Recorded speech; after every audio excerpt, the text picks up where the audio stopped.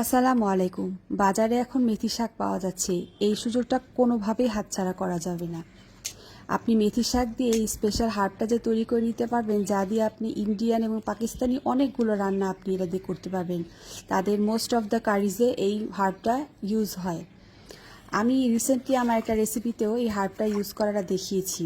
তো এটা তৈরি করা খুব সহজ। দেখেন, ডে 1 খুব সুন্দর করে ধুয়ে পরিষ্কার করে আমি এটাকে সানড্রাই করার জন্য রেখে দিয়েছি, যা পরবর্তীতে আমি আবার জালিতে তুলে রেখেছি। তো পরবর্তীতে ডে 2তেও আমি একইভাবে এটাকে সানড্রাই করার জন্য রেখে দিয়েছি।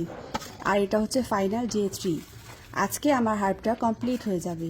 আমি এটাকে অনায়াসে 6 মাস রেফ্রিজারেটরে রেখে একদম ফ্রেশ হার্বটা আমি পাচ্ছি, যা আমার রান্নায় নিয়ে আসবে বাড়তি একটি টেস্ট।